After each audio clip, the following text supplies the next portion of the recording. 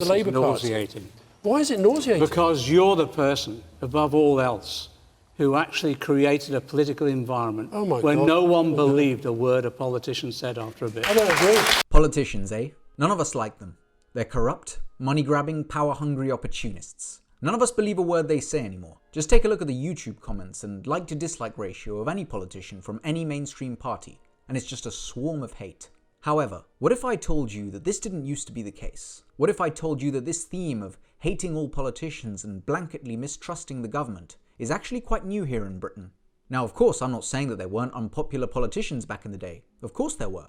But there was always one party, or at least a few politicians that you would look to and say, okay, these people more or less represent me, my values, and my country. There was always at least one politician that you could sit down and listen to and find yourself broadly agreeing with, or not trivially, one who might make you think. But that all changed around 25 years ago. You see, when people think of the most influential people in British politics, for both good and bad, they usually think of him, her, or in modern times, him. However, what if I told you that there is an unelected individual who changed the public perception of politics in this country more than any of these people combined? That individual is Mr. Alastair John Campbell. Now, for those of you who are unaware of who Alastair Campbell is, he was Tony Blair's spin doctor and the Downing Street press secretary for New Labour during their time in office.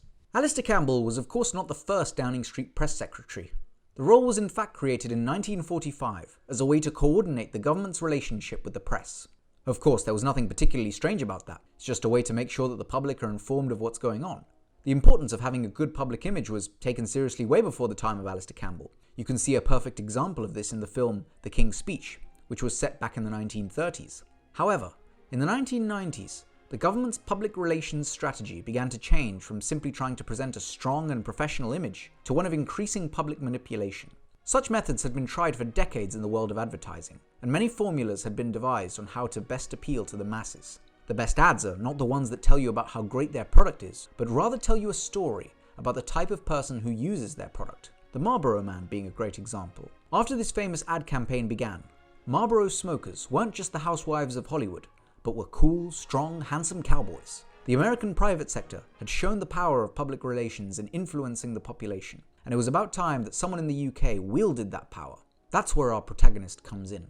By 1994, the Labour Party had endured 4 successive general election defeats, and the party was desperately looking for new ways to reinvent itself.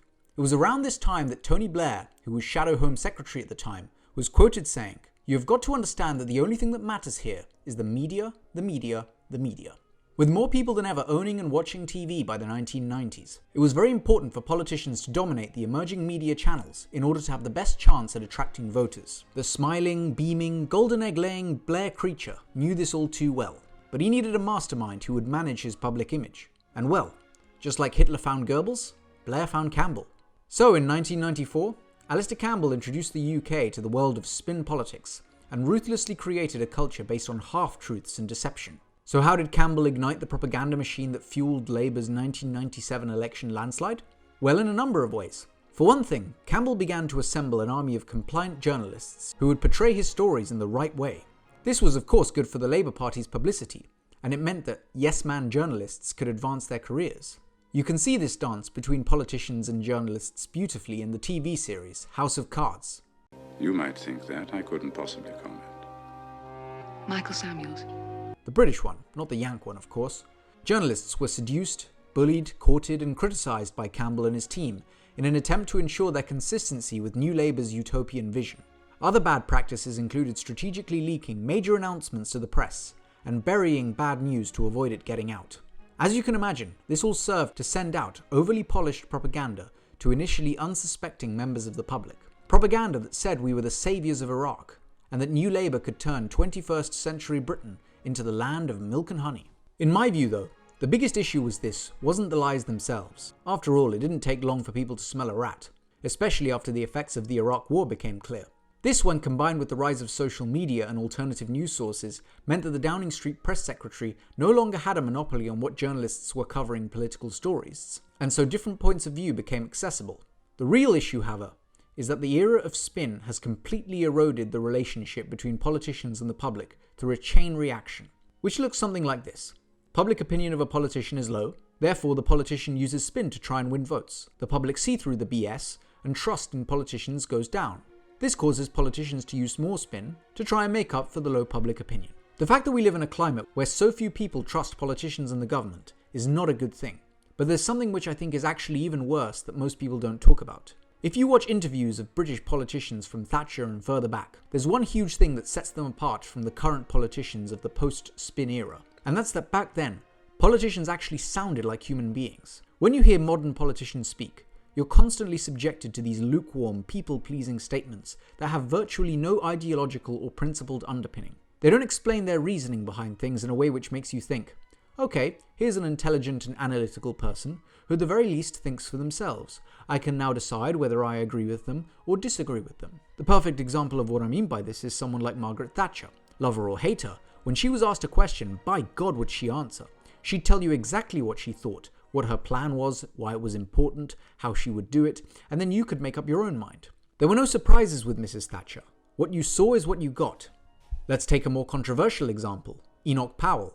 A few years after his infamous Rivers of Blood speech of 1968, where he vociferously, and I would say opportunistically, argued against mass migration, he was invited onto the Dick Cavett show to have a serious discussion about migration, its pros, its cons, and whether or not he was a racist. Now, I'm no fan of Enoch Powell, but regardless of what you think of him, the quality of the interview was absolutely astounding compared to anything you would hear today.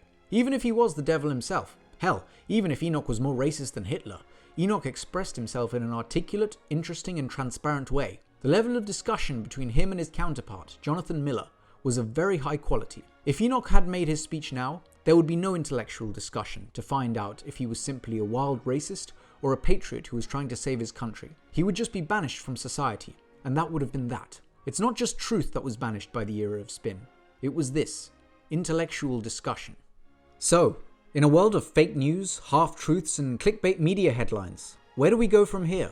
Are we doomed to a world of spin and bullshit? Or is there a light at the end of the tunnel? Surprisingly enough, I actually feel somewhat positive about this whole thing.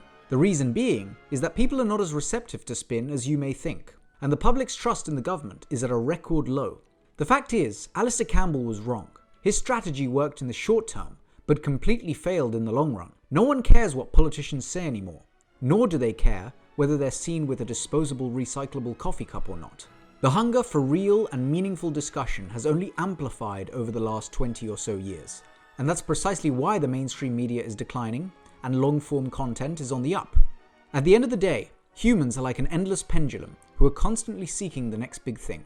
Right now, people are sick and tired of the mass media slogans that condense complex topics into simple half-truths. And this is precisely why long-form content is on the up, and the mainstream media is in a downward spiral. As long as this trend continues, I do feel hopeful that we can move further from our highly divisive and polarizing times to one which is more tranquil and uniform. What I also hope is that the next wave of politicians embrace these long-form mediums of communication, which are unedited and force people to really think from both the speaker's and the listener's perspective.